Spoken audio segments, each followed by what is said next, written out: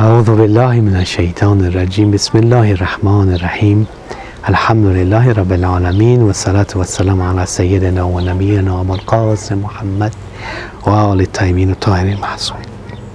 Nous sommes le 11e jour du mois béni de Ramadan et bientôt le milieu du mois du Ramadan, et nous allons changer donc le sujet d'ici 2-3 jours, Inch'Allah, pour avoir un sujet qui est peut-être un peu plus précis sur les infiltrés de notre Ummah de nos jours.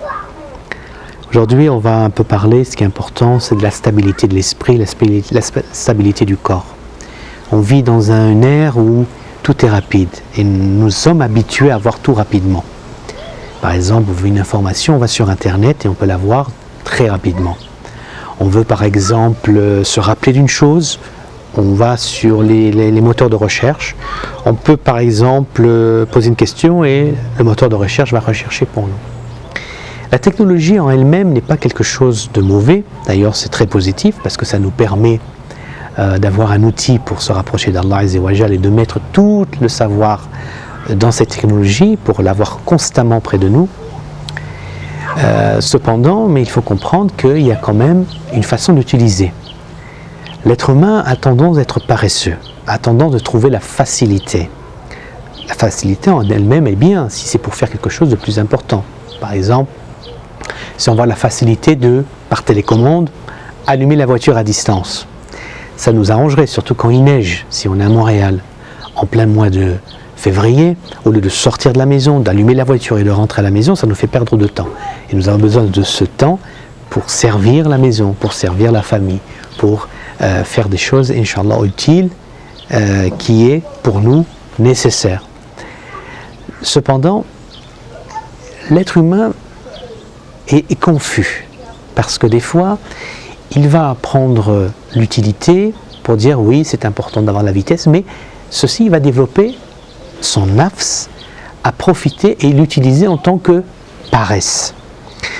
Alors, si vous pouvez regarder d'aujourd'hui, les résultats de ceci, c'est que vous voyez l'être humain est très instable. Il devient encore plus instable, d'une manière que dans la même journée, vous avez un ami,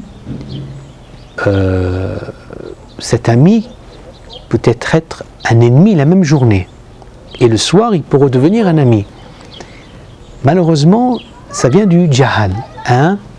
Ça vient du jahala, de l'ignorance, du manque de savoir. Il n'a pas pu comprendre et stabiliser son âme, son corps, son esprit, d'une manière qu'il soit stable. Amir al-Mu'minin alayhi salam a parlé que l'être humain, de nature, est comme une vague. Il change. Mais il faut travailler d'une manière qu'on reste stable.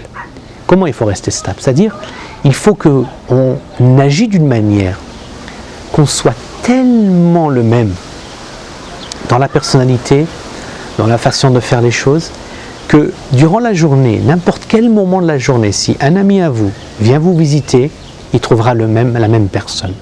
Durant le mois, la même chose. Durant l'année, c'est la même chose. À n'importe quel moment de l'année, il viendra, vous serez la même personne. Vous ne serez pas quelqu'un qui est changé. Il arrive des gens, par exemple, par peut-être des primes ou par exemple mauvaise influence, changent par exemple même de tenue vestimentaire, changent de couleur, changent de voiture, changent de façon de parler. C'est un problème de personnalité. C'est un problème de stabilité dans l'esprit. L'important, c'est la stabilité.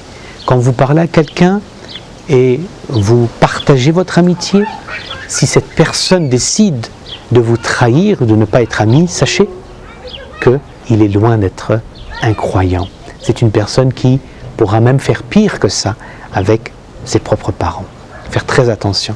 C'est pour ça que durant ce mois de Ramadan, on demande à Allah Azza wa Jal de nous donner le thabat fi qalb, une stabilité dans le corps, dans le iman, dans la foi et dans la science, Inch'Allah, que la science augmente de jour en jour, qu'il n'y ait pas des moments où elle chute et on apprenne n'importe quoi, où on n'apprend rien du tout pour oublier tout.